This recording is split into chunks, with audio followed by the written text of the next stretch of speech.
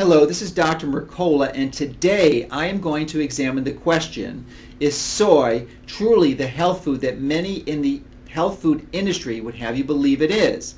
Now, my answer may disappoint and challenge many vegetarians who choose to use soy as one of their primary sources of protein, but it's my strong belief that non-fermented soy is going to be a challenge for most people and should be avoided. Now, fermented forms of soy, which include tempeh, miso, and natto, are probably okay and may actually be a very healthy food.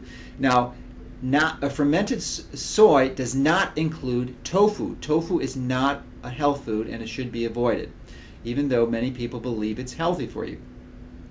Now, why should you avoid it? Well, one of the primary reasons is that nearly all of soy is genetically modified, and there are a number of very powerful reasons why you want to avoid those GMO foods, and I'll be reviewing those in future video updates.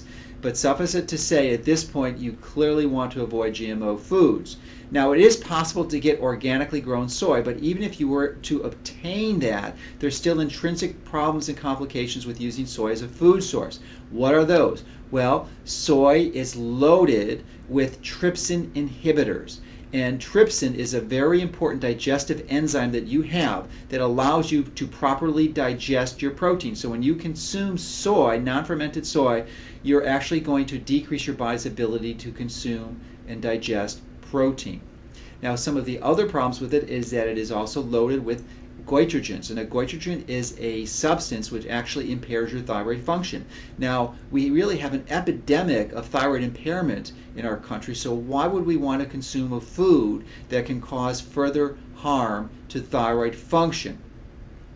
Another problem with soy is that it has phytic acid, and phytic acid is a substance, a type of fiber that will actually impair your body's ability to absorb minerals, important minerals that act as catalysts in many enzyme functions. So for some of us who are males and elderly women, that may actually be helpful because we have high levels of iron, and hemochromatosis is also a common problem, and lowering the iron levels can be useful. But for many, that can be a concern. So another one is phytoestrogens, and that may many of the studies prove that it is actually not helpful to reduce menopausal symptoms and may cause complications, especially in young children and infants. So what products have soy and are products that you really want to avoid? Well, one of the primary ones and the most important is soy infant formula. There is no reason this product should exist in the marketplace. It should be banned and commercially removed.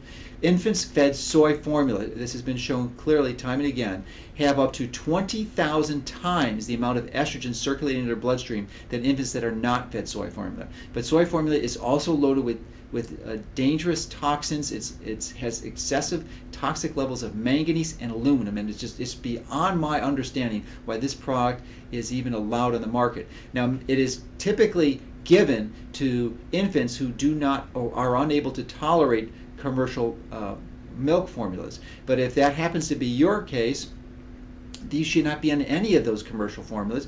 Ideally, the best solution, of course, is to use breastfeeding. But for a number of reasons, there are many women who are unable to breastfeed their child. So if that happens to be your situation, you can simply go to my website at mercola.com, type in infant formula, and you'll find a number of different practical alternatives to commercial infant formulas. So soy milk is another food that is loaded with the problems that I just reviewed. Soy protein isolate, or textured vegetable protein, is also another food you want to avoid. It is not something made in your kitchen, and is produced in large commercial factories and industrial settings, and they use an acid wash, typically dumped in aluminum containers, so it's loaded with aluminum, and they also add very high levels of MSG, or monosodium glutamate. And Dr. Blaylock has written a very good book called Excitotoxins, and that will explain in great detail how you want to stay away from MSG because it can actually destroy your brain cells. So any product that has textured vegetable protein is loaded with MSG and should be avoided. Now, again, the safe forms of soy are fermented organic soy, and that would be tempeh, miso, and natto. It is not tofu. So hopefully this information has helped clear up some of the confusion that has been created in large part due to the soy industry, which has produced massive amounts of public relations efforts to help increase the consumption of soy, and as a substitute for many of the healthy oils that were used previously. So soy is something that I would recommend that most all of us avoid, and I think you'll be better off for it, and especially in achieving higher levels of health and wellness.